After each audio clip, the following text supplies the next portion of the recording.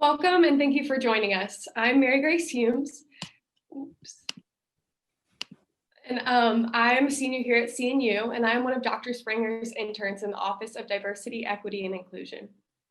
Before we get started with introductions, I would like to go over the format for tonight's discussion. We're going to try to stick to close to an hour this evening to be respectful of everyone's time. We'll have two parts. The first portion will be predetermined questions, and the second part will be audience submitted question and answer. So thank you to all of you who pre-submitted questions for this evening. When we get to the Q&A portion, we may also have time for live questions as well.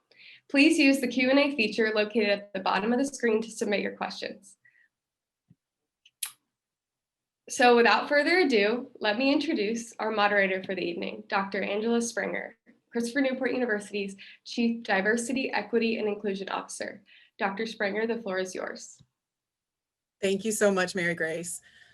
Ally, allyship.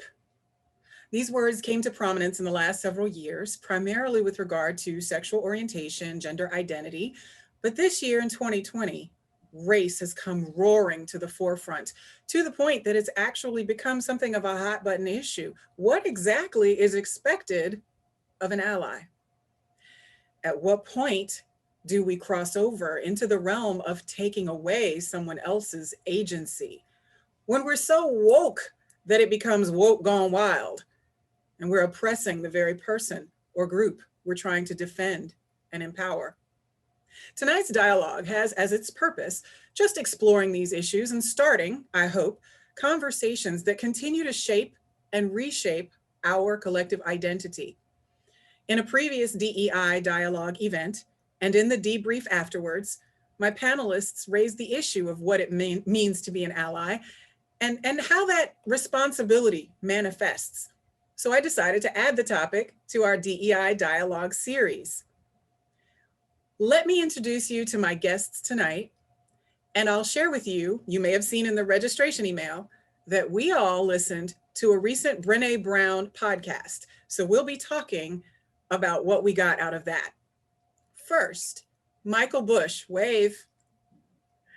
Michael is a junior at Christopher Newport University, majoring in political science with a minor in leadership studies. He's a Bonner Service Scholar, a member of Alpha Phi Alpha Fraternity Incorporated, and a liaison for violence intervention and prevention. Michael interned with the Bonner Foundation over this past summer doing public policy research on justice and public safety from local, state, and national levels. Dr. Elizabeth Gagnon is a senior lecturer in leadership studies at Christopher Newport University. She's also the academic director for the Center for Community Engagement, the director of the minor in civic engagement and social entrepreneurship, and director of the Ferguson Fellowship Program. Kristen Healy. Mrs. Healy manages cybersecurity programs for the Department of the Treasury. Prior to federal employment, she worked for Booz Allen Hamilton as a defense contractor, specializing in business process reengineering at the Pentagon, ranging from DoD Civil Engineering Industrial Control Systems cybersecurity to the Joint Headquarters Space Force Planning Task Force. Woo. Kristen is a class of 2014 Christopher Newport alumna. Lauren Janes. Lauren is a senior and the president of Christopher Newport University Student Government Association. She's also an ambassador for the President's Leadership Program, a member of the CNU Honors Program, and a member of Alpha Phi Theta fraternity. Did I say that right? Or is another phi on Alpha Phi. Alpha It's Phi. confusing. Okay. Sorry about that. You're fine. Dr. Danielle Stern. Dr. Stern is an associate professor in the Department of Communication. She teaches courses on critical media studies and gender, race, and class, including in the Women's and Gender Studies minor. She has published extensively about gender and queer studies. Her current research projects include a co-authored essay with a student and CNU colleague to better understand the communication needs and desires of Black women at predominantly white institutions, PWIs, as well as a book chapter that critically analyzes the coming out metaphor. Ebony Tyler. Ebony was the previous manager of undergraduate programs at Management Leadership for Tomorrow, a diversity, equity, and inclusion organization where she supported high-achieving African-American, Latinx, and Native American students in securing employment opportunities at Fortune companies. In her current role, she supports universities and colleges in developing online graduate programs to increase education access for students. Ebony is a class of 2013 Christopher Newport alumna. Sean Wilkinson. Sean is a senior captain on the Christopher Newport football team. He's a business management major in the Luter School of Business and leadership minor. He attended James Madison High School in Vienna, Virginia. Ladies and gentlemen, let's get started. For my first question, I'll start with our prepared initial questions. First of all, I'll come to 2 or 3 of you if you just kind of unmute yourself or raise your hand. What do you think it means to be an ally?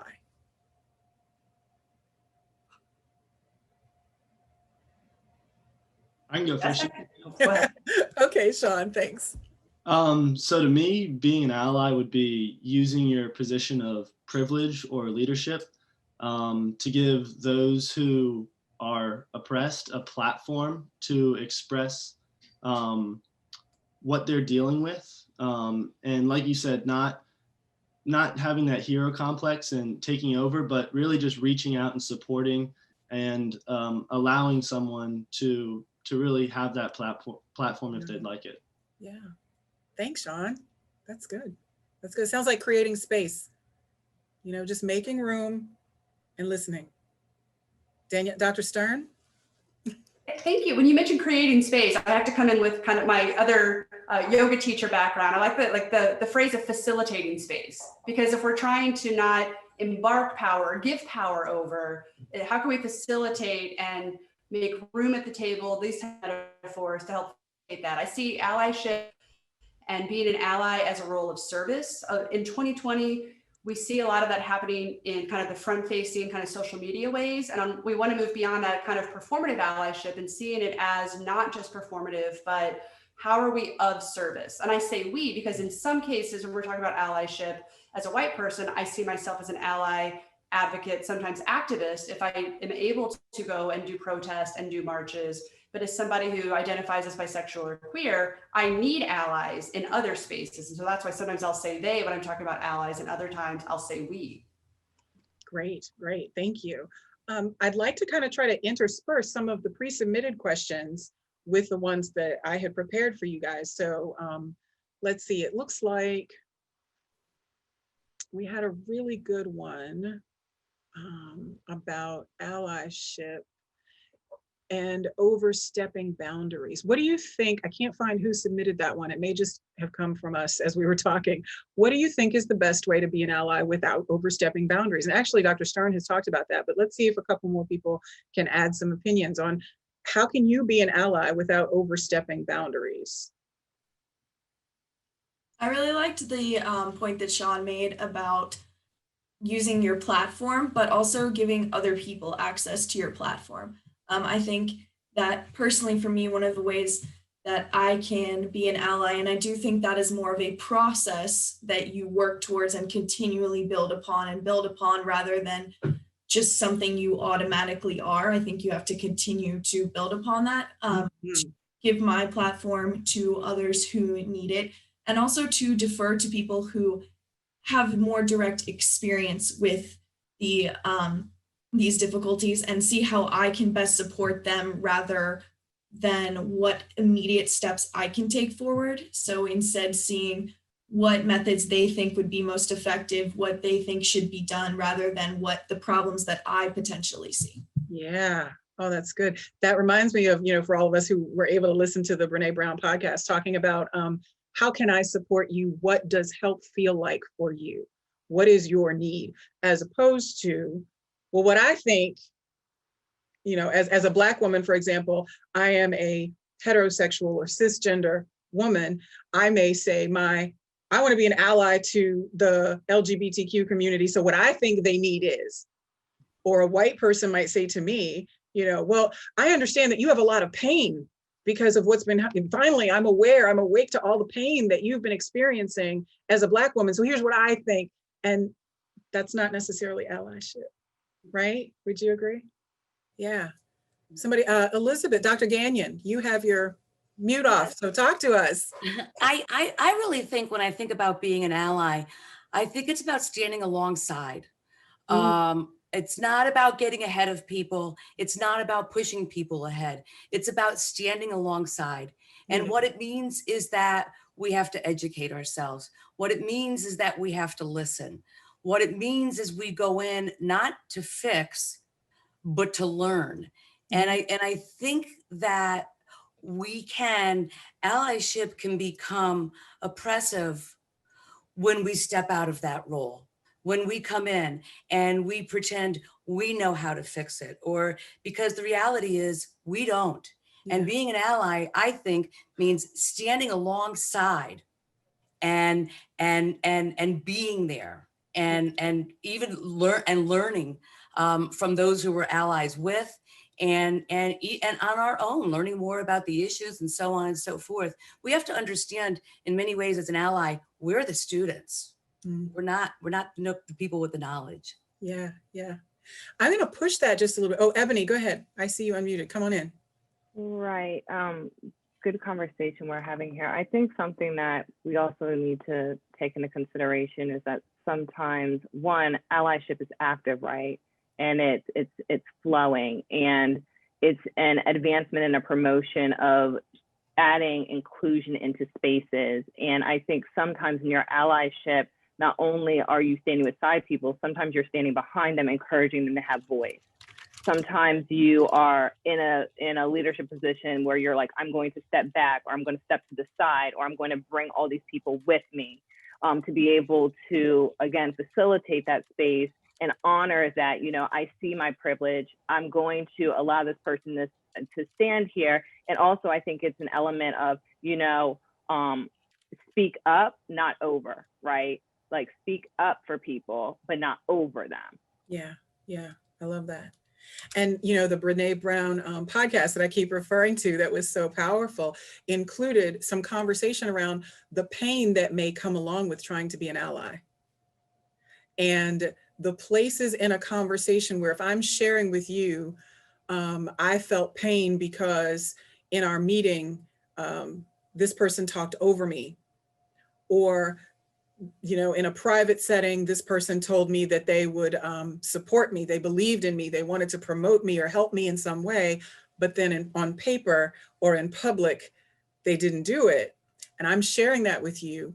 There are places where, as an ally, you have to make the hard choice to stay in it with me and not, take the off ramp, as Brene Brown talks about, right? Everybody, if you're watching, you need to go listen to that podcast if you didn't already. We put the link to it in the registration, and it's just so good. If you did already watch it or listen to it, maybe put a comment in the Q&A and let us know that you did the same work that we did. I'm going to go on. Is there anybody else that's sort of waiting? Michael. Yeah, no, I mean, all of the points made, I definitely agree with. I wanted to bring in the perspective of being an empath when being an ally, and prioritizing, really putting yourself in someone else's shoes. And not only does that require empathy, but it requires like the equal treatment of human beings. Ooh, It's kind of like you must take away the power structure that and the biases that you have if you are a white man, white woman, black man, black woman, and all of those, preconceived biases that you obtain, like those have to be dismantled for you to be an ally, and for you to truly understand what it is to, like be in someone else's shoes. Yeah, absolutely. Okay. I'd like to interject a question. It's kind of motivated by the Q&A item that just came up. Miles has asked us about how to help allies gain another understanding of my minority experience. So from the position of an ally, and we did talk about this a little bit, have you ever known that you were being an ally? what was key to that moment and what was helpful to you from the person that you were trying to support. Does that make sense? Anybody want to try that? I know this is a little bit more ad hoc, impromptu. Kristen, come on in. I would say that per our point before of allyship as a practice, not a title or something static that we achieve, something that we continuously work on. That active practice of allyship is inherently what's going to tell you that you're being an ally, because you are present in that moment. You're thinking through your agency, be that your privilege, position, perspective, and you're applying that actively to advance or affirm the interests of someone else. So you know you're being an ally because it's an intentional action. Mm-hmm. It takes something, it requires something of you, right? Talk a little bit more, Kristen, about, I want to push a little bit on this one while everybody else is thinking and formulating on the being an ally side. How about needing or receiving allyship from someone else? Can you relate to that, or is anybody ready to share anything about needing an ally and what that kind of support looked like for you? Absolutely. I think that everyone requires an ally in some facet of their life or some environment of their life. So one of the things about identifying allyship in someone else is that environments and demographics in which we practice that allyship are dynamic. So while allyship looks different in many contexts and it's varied even when it's practiced by the same person, I think that we're able to recognize it in the sense that we apply it where it's needed. So just as Dr. Stern said earlier, there are some instances in which I am an ally and some instances in which I need an ally. And I think that's an exchange that happens quite often. Mm-hmm. Thank you. Michael, you coming in on that one? Yeah. So over the summer, I participated in a lot of grassroots projects and organizations that did Black Lives Matter protests, basically through DC, Newport News, Richmond, Fredericksburg, etc. And one instance where I kind of have experienced receiving allyship from others is we were protesting in Fredericksburg, and then we kind of took a moment to reconvene, and that moment was geared towards giving Black people and people of color an opportunity to speak, whether that be about protests, whether that be how they're feeling about the movement, just topics, and giving them a platform. And I know that we talked about that earlier, but I think it's important to realize that honestly, I think a lot of allyship is really being behind and stepping back, and really prioritizing the whether you want to say marginalized or underrepresented communities, and giving them the platform, because and I know that point sometimes turns into a question of, well, is that reverse racism, or is that wrong to not give white people the opportunity to speak? And I think it's just that's just more so the lack of understanding of the social dynamics that are in place currently, in America. And so when you don't understand that, you'll see the difference in in an equal treatment in society. So I think what you're referring to is you're touching on something called centering, right? Like, whose experience are you centering? If you're inviting me to share my experience and I start talking about my pain, but then all of a sudden, because I've made you uncomfortable, you snatch the attention back and say, well, but I never did that to you. Yes. Now you've shut me down because you recentered your experience. Is that what you were referring? And Michael, go a little further with that, or maybe somebody else wants to jump in on this. I'm interested to hear about, well, actually, Keith has asked about, how would you suggest breaking the fear of trust or the mistrust, the straight up mistrust people have for an ally, somebody who wants to be an ally, but I just don't trust you. I just don't know you. How does the person who wants to be an ally create that bridge? I think as potential allies. Oh, I'm so sorry, Michael. No, you're good. You're good. I'm saying, yeah, no, what I'm saying as an ally, as a person of the white community, many of us don't acknowledge that we have to stop saying that I'm tired of doing this work, particularly to our Black friends and colleagues and students and other BIPOC communities.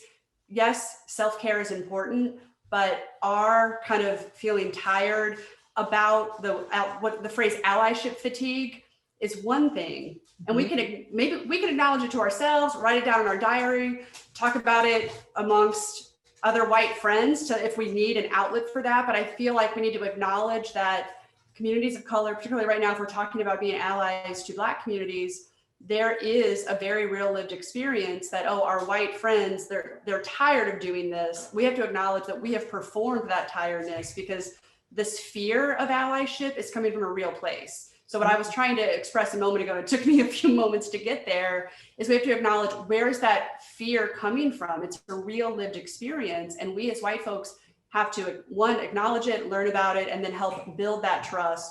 But if we don't acknowledge where it's coming from, I don't think we're going to be able to build the trust. And I don't know how to build all of that, but I think we have to acknowledge that history first. Yeah. Wow. Thank you. I don't know if we fully answered it. I will say that Miles had asked a question about how do I help allies gain another understanding of my minority experience. And so to kind of summarize what we've been saying so far in the last few minutes, I would say to Miles that if someone is offering, and along the lines of what Keith was saying, if someone is clearly offering or ready or interested in being an ally, if they are broaching the topic, or if you invite them in and say, you know, I'd love to share some things with you. Are you ready to kind of be an ally? You know, there's got to be an invitation or an offer, because the idea of I'm going to help somebody understand my experience, they have to be ready and willing to understand that experience, like what we're hearing on the panel, as opposed to, you need to come here and understand my experience. You know, there's a difference. So I'd say how to help allies gain another experience, understanding would be to offer and give people time to digest and to accept what you may have become accustomed to. I'm gonna stop here because I can talk about that for a while. Yeah, Michael, come on in. Yeah, well, I want to also reference the Brene Brown podcast specifically to that point, because she talks, and her guest that she had on there, they both talked a lot about if you want the transformational change to happen, then parties involved are going to have to be vulnerable. Yeah. And that is that's the difficult part, is that initial moment of contact with something different, and with embodying a new perspective and having to, set down old tendencies, old perspectives. Yeah. I think that vulnerability is very important. And I think that, that's always usually the fear when it comes to social, Interaction. Yeah, absolutely. Yeah. That's the basis of trust. Yeah. Kristen, I saw that you unmuted, and then Ebony. Yes, I'd just like to add that it sounds like Miles is someone that is willing to share his experience to help his allies understand that lived experience better, and perhaps be a better ally to him. But just because someone offers you allyship does not mean the onus is on you to educate that ally. So in addition to, as Dr. Stern said, our friends are exhausted. They're exhausted. They've lived this experience, and it is not incumbent upon them to educate the allies that they need. And so part of being an ally is doing that initial homework, recognizing that the opportunity to educate yourself about the disenfranchisement or oppression or discriminations of others is a privilege in itself. That you are learning about that from a remote experience and not a lived experience. And when you are communicating that to someone you are allied with, that there's an intimacy and a relationship there that needs to be acknowledged, because it is a personal experience. So it's great that someone like Miles would want to offer that to help, but it does not by any means mean that you are obligated or required to educate an ally if you are not in a position to do so. I think you broke the mic. Go ahead, Ebony. I think that's spot on, Kristen, and beautifully said. And I think what I would also encourage Miles to consider is that there's so many avenues to give voice to your experience, particularly in this age of social media, that it does not have to look like you sitting in a room educating white people or whoever it may be about what it means to be an ally to me or what your experiences were. That can be done in a written format. It can be done on a blog, and can be done by facilitating trainings. That's your ministry, right? So it can look different ways than requiring yourself to hold legitimate space with people on a consistent basis. Because that is painful. That can be traumatizing, and it's so important to be able to come to these experiences whole, right? Yeah. Wow. So Yeah. much of that is also adding, accountability to the intent of that ally too, and not just educating them about your experience and what they can do for you with the agency that they have, but also teaching them how to decenter themselves.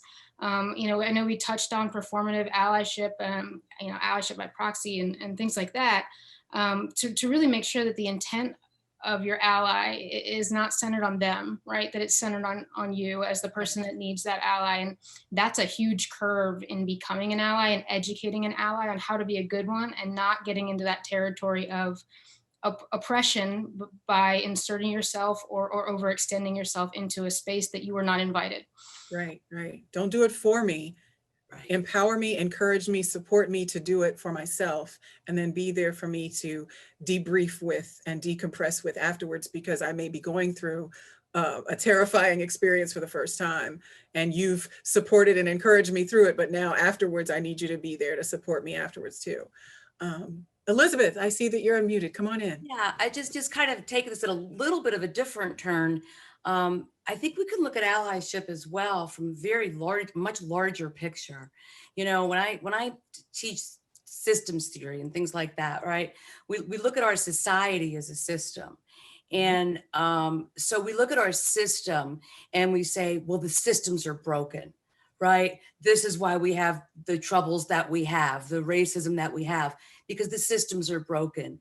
The truth of the matter is the systems work exactly the way they're supposed to work. We can be an ally by beginning to work towards changing those systems, because the systems have been put in place by people, and it's going to take people to dismantle them. And so more than my one-on-one, I can be an ally with somebody.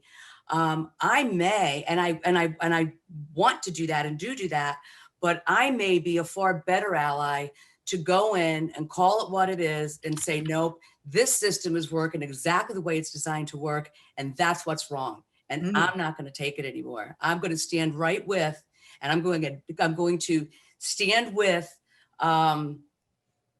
everybody who's hollering for equity and justice.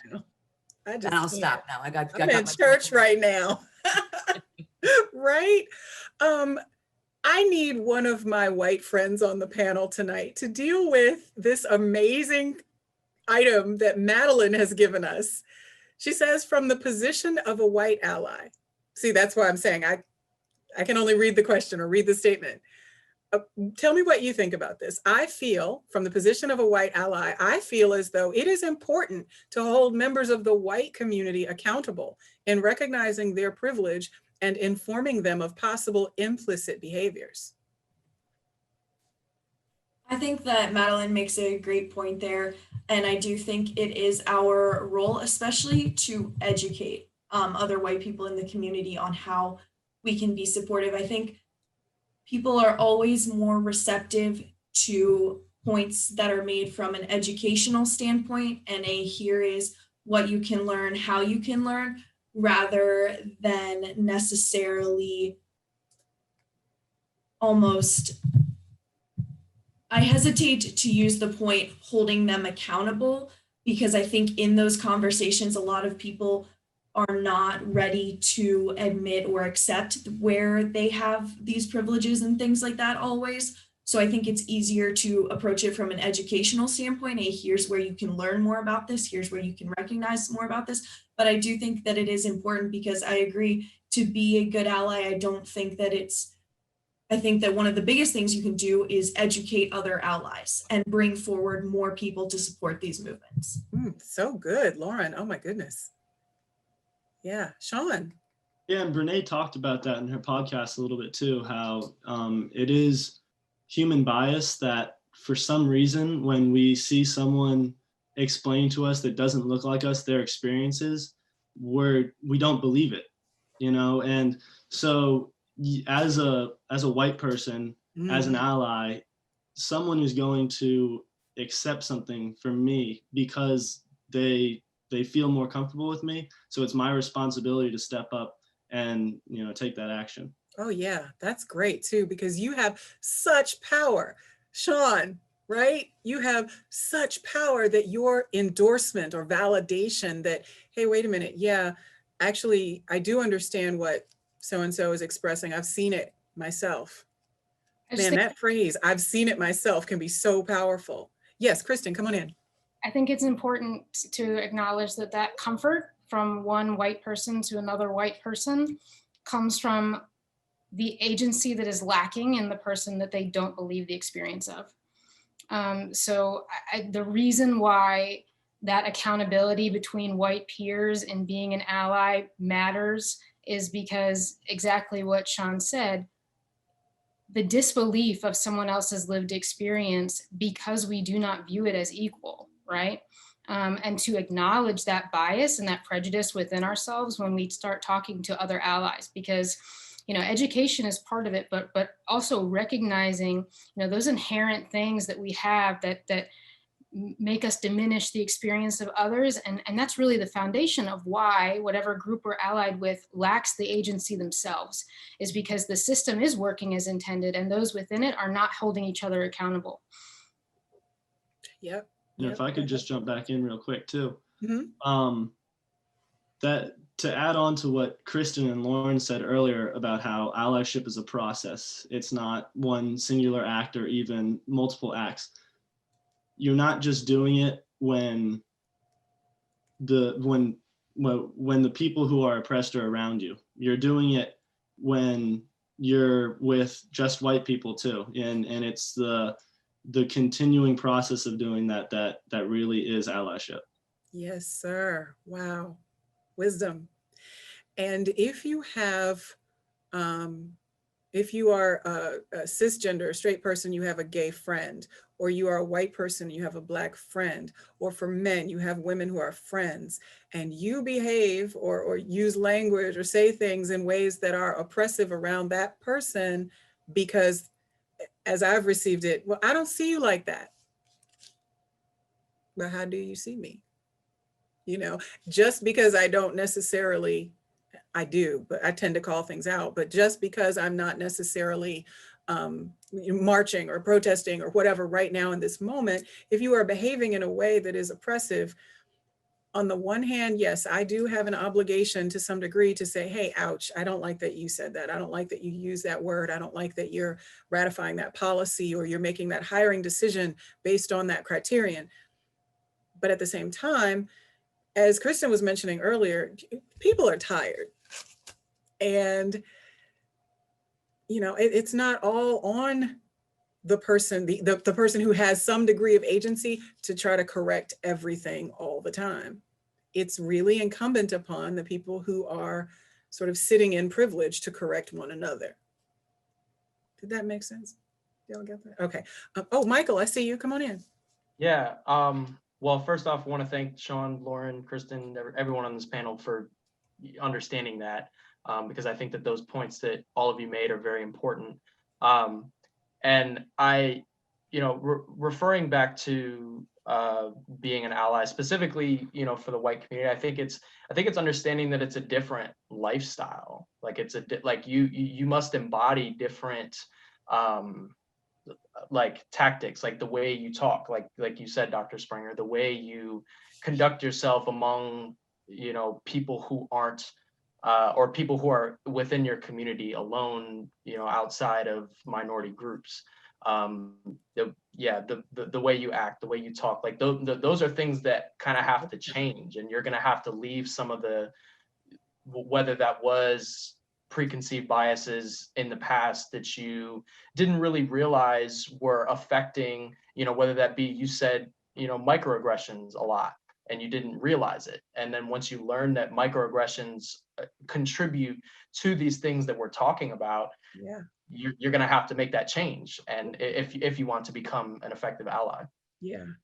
Thank you for that. You reminded me of another video series that I've been really getting a lot out of, and I want to just kind of put out there for everybody else. It's on YouTube. It's a series called Uncomfortable Conversations with a Black Man. And one of them that I found to be extremely powerful was the conversation with Chelsea Handler. I've not really gotten to be that much of a fan of hers until after I watched that conversation and I saw some growth that she was demonstrating and talking about the growth that she had experienced recently. And it's a powerful one. I invite you to go out and find Uncomfortable Conversations with a Black Man, and the one featuring Chelsea Handler in particular. I'm gonna go to another, with everybody, I'm checking everybody's mute button. Okay, I'm gonna go to one of our pre-submitted questions right quickly, and then I'll come back. I see the Q&A is populating. For our alumni, what resources do you wish had been on campus? This is from Christina. Christina is asking you, what resources do you wish had been on campus to support marginalized students and empower active allyship? Ebony.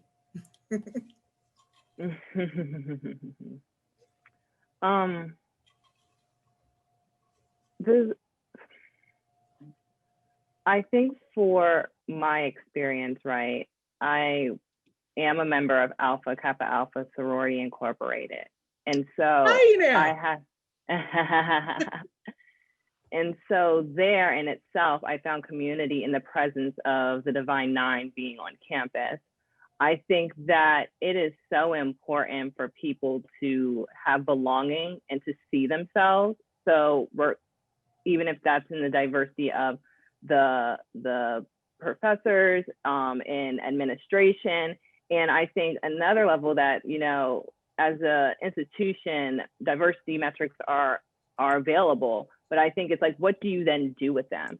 And creating programming, creating conversations around that, and making it almost like a requirement, whatever that looks like, for people to be able to attend those. Because it's one thing when things happen, whether it's on campus or in a residence hall, to make a statement about it. It's a completely different thing to be able to have, okay, these are the accountability metrics. This is the consequence of this, and also making sure that it's very clear in our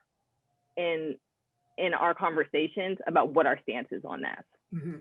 Yeah, thank you. And I'll be able to speak to that in a minute, but Kristen, come on in. What do you wish had been on campus when you were here? I think that a lot of organizations check the block on DEI by forming a club or having a board or making a statement, putting out a position, and that's all fine. But I can tell you that what means the most to me is someone that needs an ally, and whether that's, you know, I'm a female serving in a combat arms role in the Army. I am a gay person married to an immigrant, right? And any of those things that incorporate my identity is seeing that reflected in the people that hold agency or authority in the organizations I belong to.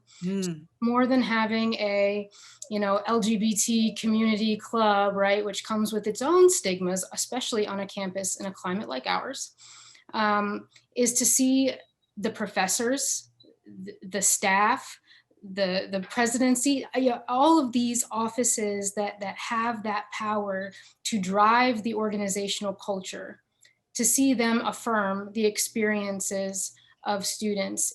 That, I think, to me is the most important part. And it's not to say I did not have that. I certainly did. I was invited to this panel by a very dear professor that did see that and was that for me. But I think that especially in a campus like Christopher Newport, where demographics are narrow, it's important to see those experiences and those identities, if not reflected, affirmed. Yes, ma'am. Oof. Wow, I get so much out of these panels. That is awesome. Yes, I want to go back to somebody in the Q&A, and thank you to Dr. Stern for helping out, you know, and answering. And you guys are all welcome, you know, to submit some answers. One of the Q&A items that now counts as answered was somebody was asking for references and recommendations, right? So I want to open it up to the panel. Is there a book, a movie, a TED Talk, a podcast, a journal article? Okay, only the scholars on here read journal articles, right? But what is something that has led you to be, maybe it was tenderizing, you know, it was really painful to get through, but it mattered a lot to you and you recommended it to people, or it was challenging? What is something that has led you into this dialogue space? Anybody want to jump in on that? I think Yeah, for Michael. me as a media nerd, I would suggest The 13th by Ava DuVernay. It's a longer documentary. There's many other books that I'm a nerd about this stuff, so I'll let other folks jump in. But for me, as a white person who teaches about media, the way that that film opens up with clips of the film Birth of a Nation that helped reignite the popularity of the KKK and so many other things. Given that it starts with like a media hook and then goes into the Constitution, I think is really informative, but it's also very compelling. Thank you. Yeah, Michael. Yeah, that I was about to say The 13th. But yeah, Okay. and that's mainly just because I just actually just wrote a paper on that too, or about that. It wasn't for Dr. Stern, was it? Using that as no. But yeah. Okay, cool. Thank you. Kristen. I would have an endless list of things to recommend, but the one thing that I would want to underscore is, regardless of what area you're looking to gain interest or education from, make sure it's from an author of that community. Make sure it's from an artist or a producer of that community. If you want to learn about the LGBT community, find a member of the LGBTQ community that authored that work or produced that film. Same thing with any other experience that you are interested in empathizing with or understanding more about. I really like to stress the fact that you've got to go to the source on those kinds of things, because the lived experience is what you're trying to get at. And you're not going to get that from someone else's remote understanding or summarization of someone else's experience. Yes, ma'am. Absolutely. Absolutely. Anybody else want to jump in on that one? Yeah, Dr. Gagnon. One of the things that I think You're is muted. important is Okay. listening to narratives, listening to people's stories. And we can do that in many, many different ways. There is, I can't remember the name of the woman who talks about this at a TED Talk, but I will put it in later. But she makes a very compelling notion or argument that people's stories and understanding that everybody's narrative is a different narrative. I think anything, any sources where we begin to open up our own narrative and we begin to see that there are other narratives. There are, you know, not everybody has a different story. And I think learning those stories, whether it's through movies, whether it's through articles, whether that's part of our education, is understanding stories. Yes, yes. And I will say, for the benefit of, I forget who it was now that asked for that, but for the benefit of our entire audience and the panel as well, the Diversity and Inclusion webpage on Christopher Newport's website is under construction. It's behind the scenes being updated. So please do visit frequently in the coming weeks, because there's a whole page on resources and references. And y'all, if you have any familiarity with getting things put out on our website, you know that it's a process. And part of that process involved justifying that it was appropriate to have links to other websites and links to other resources to send people out of our website. And so I'm really excited about the resources list. Books, articles, journals, movies, TED Talks, all kinds of things are going to go out there. And so if anybody has suggestions for them, you're welcome to send them to me. But do check our website. I want to go back to the, let's see, the pre-submitted questions. And yes, Michael. Real quick, I was looking for, I found a podcast. So for my podcast people who listen or who tune into podcasts, the breakdown with Sean King is a good one to kind of get started with understanding what, he takes a lot of perspectives on what goes on in police brutality and that side of things, criminal justice side, but also shares, you know, some of his experiences. He also has a few books as well. Probably get on that during winter break, but yeah, so. Listen. I have one more quick one. Sure. I actually found this through a class. If you ever, one of the things I found most beneficial, at least for conversations with other white individuals, is if you have people who appreciate statistical information and hard numbers. The Institute of Medicine has several published journals on disparities, racial disparities, and other disparities in healthcare that have hard statistics that it's very easy to understand and really portray all of this very plainly if you ever want to look into those. Thank you. Yes, ma'am, for the data. Right quickly, I want to go back to our pre-submitteds because George submitted a question that we talked about a little bit before the webinar actually started. So I want to share with our audience. George said, has the percentage of minority students been increasing or has it remained constant? And I have consulted my resources, and from our admissions department, I will say freshman admission applications received from and admission offers made to students of color have steadily increased over the last 5 years, but yield rates have decreased significantly. This has resulted in a relatively flat enrollment percentage of approximately 20% of the freshman class as self-reported students of color. 23% of this year's freshmen are students of color, the highest cohort percentage in a decade. So, George, to your question, it depends. And we have work to do, and we're doing it. Now, there are some things about what's required for a student in high school to be able to even apply to Christopher Newport.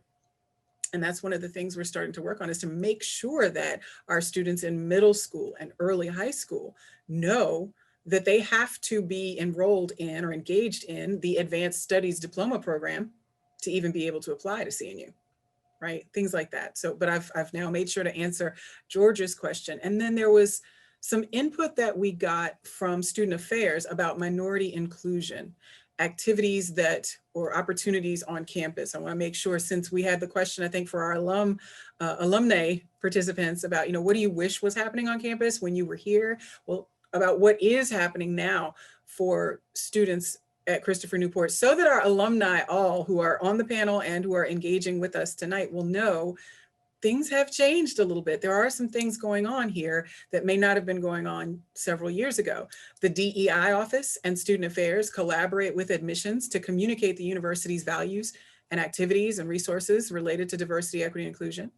The orientation program includes a session related to finding community now and explores ways that students can connect to their communities, causes that are associated with their values and identities. Each fall, there's a multicultural community welcome. There are a number of multicultural student organizations and networks on campus now, ranging from cultural identity groups to religious and spiritual organizations. There are ongoing multicultural student alumni engagement opportunities, and we're partnering with a number of local and regional associations committed to fostering inclusive environments. So sometimes these partnerships are represented by campus seminars, service projects, research opportunities, and other opportunities. Thank you to Vidal Dickerson and Student Affairs for making sure that I was equipped, and I promised him that I would get that information out. Let's see. Here's a good one, and I'm just going to open up the panel here. Anybody who wants to jump on this. Catherine submitted a question. Can someone be considered an ally if said person does not entirely agree with the methods that are being used by the leading organizations?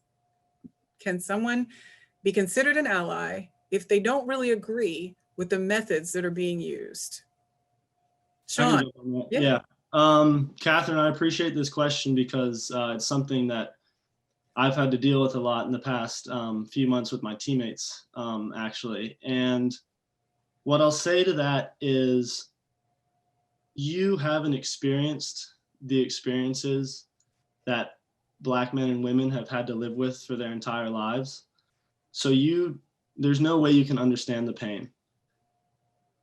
So who's to say that you can decide what's justifiable and what's not, as in the methods that these, what was the word that she used? The methods used by the leading organization. Yeah, that these organizations are using. At the end of the day, it's a very individual decision that must come from the person that you are trying to be an ally to decide whether or not they are accepting of your allyship, even though you're not willing to support those methods. But yeah, I just say that it's not really up to you to decide whether the methods being used are justifiable or not, because you have no experience in what Black men and women have gone through for their entire lives.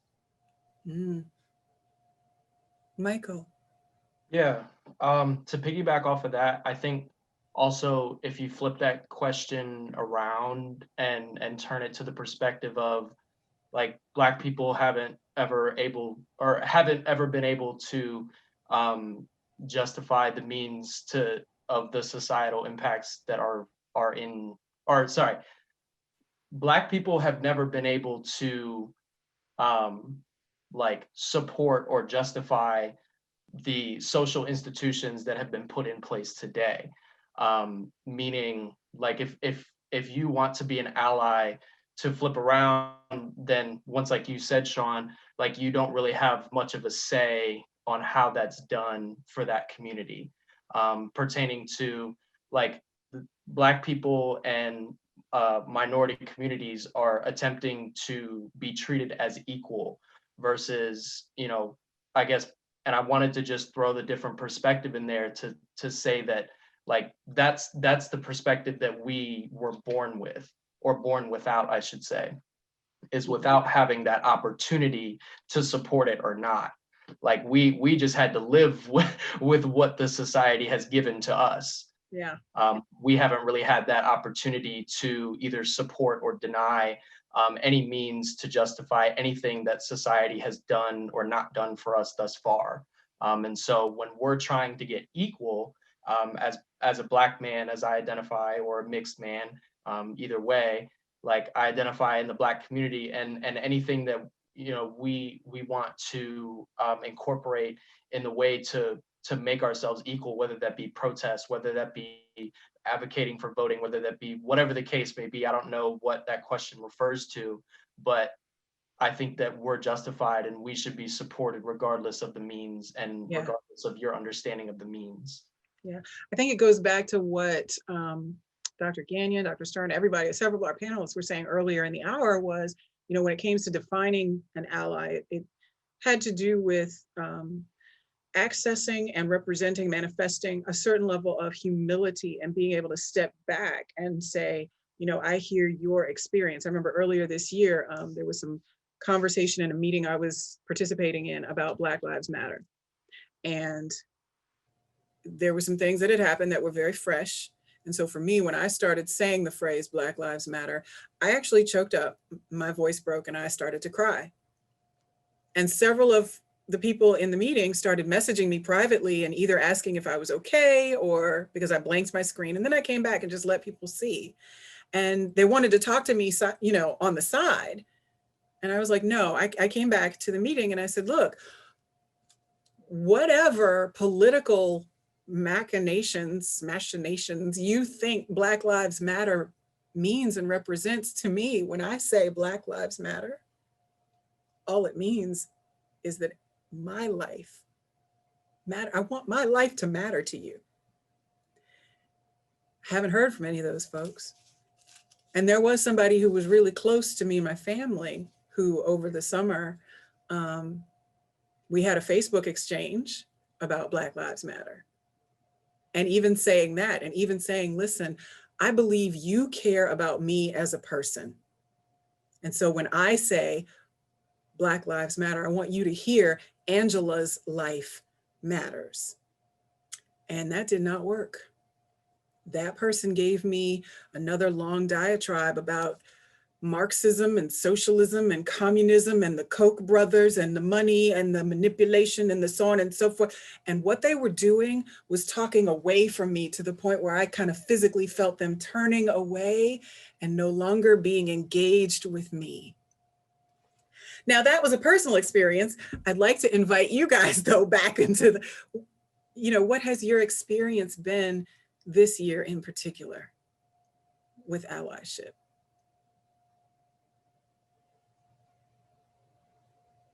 Uh-oh. Come on, it's okay. I don't know who you're speaking to. I've inadvertently, as an ally, spoken over a Black student twice during this session. And I sent him a private message saying, I'm so sorry. I'm glad the second time we said the same thing. That's not lost on me that I said that. So I didn't know if you were speaking to those who are in need of allies or to allies. So I wasn't speaking up yet. All of the above. You are all welcome. I think one of the things that I have struggled with as someone who wants to not only be an ally, but teach about allyship, both in my educational context at CNU as a professor, but also I teach future yoga teachers and current yoga teachers about inclusivity and diversity. And one of the things I think is difficult, and I think it speaks to the personal experience that you just shared there, Angela, is as allies, we take on much less risk, but get more reward when we are allies. So we can be, I think it goes back to that conversation about performative allyship, that we can post the fun little profile circle pictures on Facebook. We can post a black square and use hashtag Black Lives Matter, and we might get 108 likes or whatever that means. Like when I say we as a white person, so we might get some social rewards, but we are taking on so much less risk. So to make that an answer to your question of, what is allyship, or, what has this 2020 been like? For me, it's been like trying to acknowledge to my white peers and colleagues, we need to take on more of that risk because we're getting all of the reward socially. We need to be doing more. Wow. Kristen. So one of the things that I've struggled with as an ally to the Black community this year in particular, I'm a federal employee. I'm a member of the armed forces. I am an election official for my county. And as we stated earlier, allyship looks different in different environments and different systems. And one of the things that I've wrestled with, and I attribute Ebony for sort of giving me this phrase, is the cost of that allyship. So, for example, the demonstrations in Richmond, National Guard was called in. I was there. That was a really hard position for me to be in because it was a hard position for me to be in, particularly with members of my unit that I'm leading in that kind of situation. And to be under the obligation to carry out a duty that maybe is anathema to your personal beliefs or not how you would like to be represented as an ally, but also having to remove yourself from that too, right? It's not about how I look or how I don't look as an ally. It's not about the social pressure of what my allyship should and shouldn't look like, because it's gonna look different for everyone. And I'm the one that decides if that risk or that cost is something that I can or should undertake. And that's a really hard personal conflict sometimes because you wanna do the right thing and you need to weigh your options. Is one thing that's going to cost me an entire platform where I could make many, many changes. Yeah. One moment of impact in a very dramatic way. And I think we need to wrestle with the fact that, there's a time for incremental change and there's a time to demand radical change, and where we apply that strength that we have. But that's one of the things that I've wrestled with a lot this year is, I'd like to think of myself as an ally in many contexts, and I found my hands tied in several of them. And how do I make the most of that situation while maintaining some of the agency that helps me be an ally, but also not sitting in the comfort of that agency or that privilege, and not risking what I could because I didn't have to. Wow. Thank you for that. And that connects back to the Brene Brown podcast, right? Talking about accepting the pain of recognizing that I could take an off ramp and save myself from the discomfort that this other person is experiencing, or I could stay right here in it. What's the right thing for me to do right now? What's the next right thing? We are actually at 8 o'clock. And what I would like to do is invite a quick closing comment, if you have one, if you'd like to make one, so that we can maybe wrap by like 5 after. Is that okay with you guys? I know this wasn't quite what we planned and scripted, but a lot of this hour, a lot of this conversation has not been scripted. So, you know, I do want to give you, especially if you haven't, you know, spoken in a while, if you'd like to make a quick closing comment, I want to open the floor for you. Lauren, I see you. Come on in. I read a quote recently that I really liked in regard to this, and I don't remember who it was from, but it was, the only thing you do know is that you don't know as an ally. And I just think that's really powerful, and what in the process of trying to be an ally and making those actions we should all remember is that one of the biggest things we can do is continue to listen, continue to offer our platform to those who have direct experience, continue to learn, and continue to do our best to educate other white individuals who also do not have those experiences. Thank you. Elizabeth. One thing that I would just like to add is we talk about allyship. Start over. As one thing I would like to add when talking about allyship in the last 6 months even is it put me in a place where I realized, well, all the things going on, where I realized that I could no longer, if I'm in a conversation with white friends or white colleagues, and they're talking about, well, it's not my fault, you know, I didn't do this and da da da. I could no longer keep my mouth closed. That I could no longer say, ignore that conversation. Sometimes you have to, like Krista was saying, sometimes you have to pick that. But I've learned to be more courageous in saying, no, there is oppression and there is privilege, and whether or not you think you've participated in it, you're a part of that system that created it. And for me as an ally, I've had to learn to have more courage in face of the people, the white people who don't agree with me. And that's a big step forward. And I learned that. And I'm grateful for learning that. And I'm very grateful to be a part of this conversation. Yeah, thank you. Let's see, who's up? I'm not gonna pressure you because I know this was like, you know, last second. Anybody else? Ebony, come on in.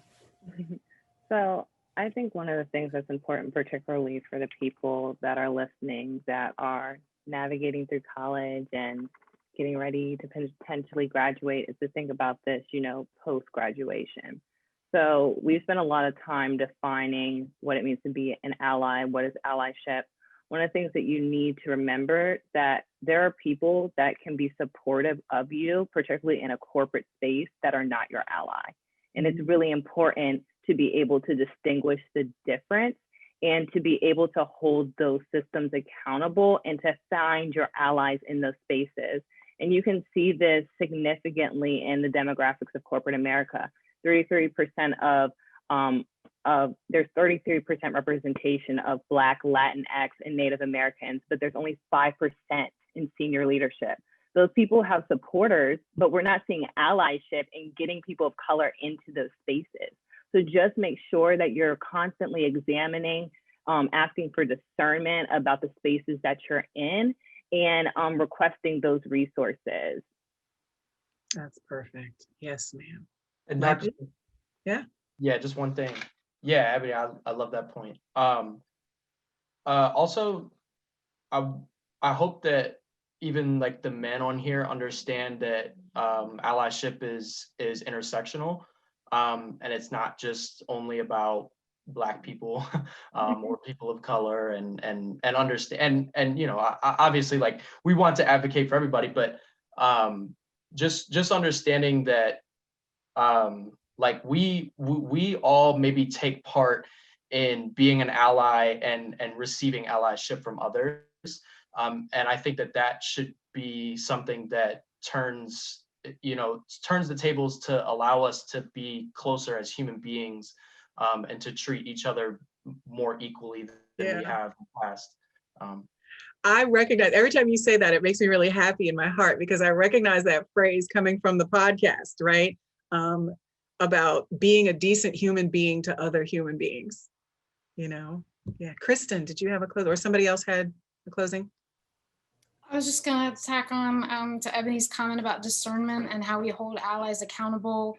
You're going to see sponsors at pride parades in a corporate setting that do not have affirmative hiring practices. You're going to see white authors profiting off the experience of Black people in this moment by publishing books. You're going to see companies that advertise in the Spanish language but contribute to causes that marginalize those people. So look at allyship beyond the face of it, to ensure that it's not performative allyship, that it's not centered on the person that is putting forth that display. Should have put the money where the mouth is all I say. Oh, so good. Oh my gosh. So to Sean and Lauren and Ebony and Elizabeth and Danielle and Kristen and Michael, I want to say thank you for your bravery and your willingness to be vulnerable and your commitment to doing the work, because I did send out some pre-work and we had to get prepared, and I kind of chased some of you down, and I'm just so grateful for you holding this space in your heart and coming to this moment and consecrating it with your wisdom. You have said things tonight that will change lives. You have made an impact tonight, not only on me, on each other, on dozens of listeners, participants, but on the world. This is going to be loaded onto the website, and people will watch this long after you've graduated or moved on, whatever your next season is. And so I want to say thank you to each of you. And thank you to all of our participants tonight, and to everyone who submitted a question, a comment in the Q&A. And if there's anything that we did not answer, my amazing intern, Mary Grace, is committed to helping me make sure that all of the comments and questions get addressed. And so you'll be getting emails from the diversity and inclusion email address in the coming days and weeks. Thank you. Thank you. Everyone, please stay safe, wash your hands, wear your mask, and we'll see you in January for the next DEI dialogues. Good night.